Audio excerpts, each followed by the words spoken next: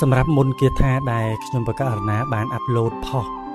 ចែកជូនដល់បញ្ញត្តិបងប្អូនគឺជាមុនគាថាបាលីព្រះមនីឥសីដោះចំណងកម្មដោះចំណងមុនខ្មៅមិនថាពពុជនចៅឆ្លៀនពៀនចៅសៀមឬក៏បច្ចាមិត្តណាមួយក៏ដោយដែលមានបំណងបំពេបំពៀនឬក៏ប្រើមុនខ្មៅមុនអាក្រក់ចងសន្ធប់ឬក៏ដាក់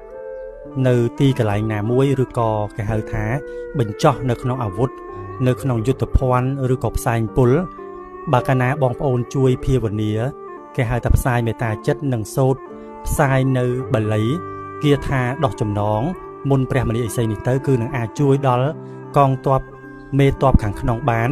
ហើយនឹងបន្សាបនៅមុនគាថាអាក្រក់ដែលពពួកនោះគឺ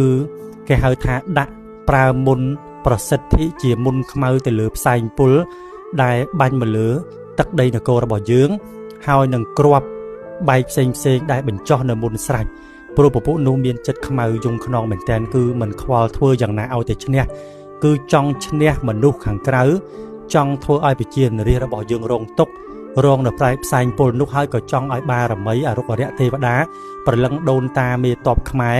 ដែលលោកថែរក្សាតាមទីទល់ដែនទីទឹកដីឬក៏អ្នកតាមម្ចាស់ទឹកម្ចាស់ដីហ្នឹងត្រូវរងនៅចំហាយមុនខ្មៅអាក្រក់ដែលវាបាញ់ផ្សែងពុលនោះមកដែរអញ្ចឹងទេសម្រាប់មុនគាថាដែលខ្ញុំប្រកាសណាជូនដល់បងប្អូននេះជាមុនគាថាដ៏ស័ក្តិសិទ្ធិដែលមានបងប្អូនខ្លះធ្លាប់ប្រើហើយក៏មានប្រសិទ្ធភាពសម្រាប់មុនទូទៅមានប្រសិទ្ធភាពហើយមុនដែលកាន់តែមានប្រសិទ្ធភាពគឺថាបងប្អូនសូត្រចម្រើនអ្នកមោតាស័ក3ចប់មុនពេលសូត្របាលីគាថាដោះចំណងនេះរំលឹកគុណដល់ព្រះមនីឥសី16អង្គ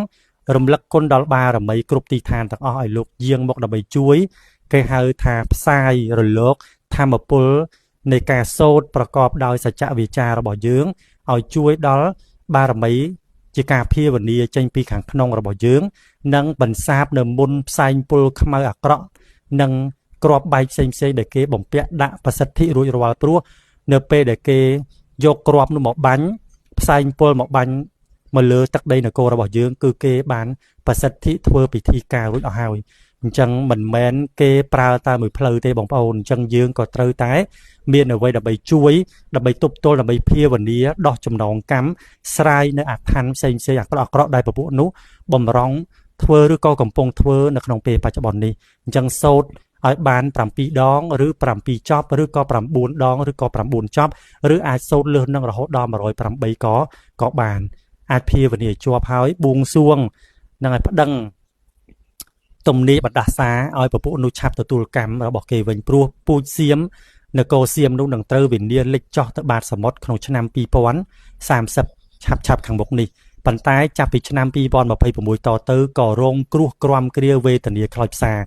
ដល់អំណាចនៃ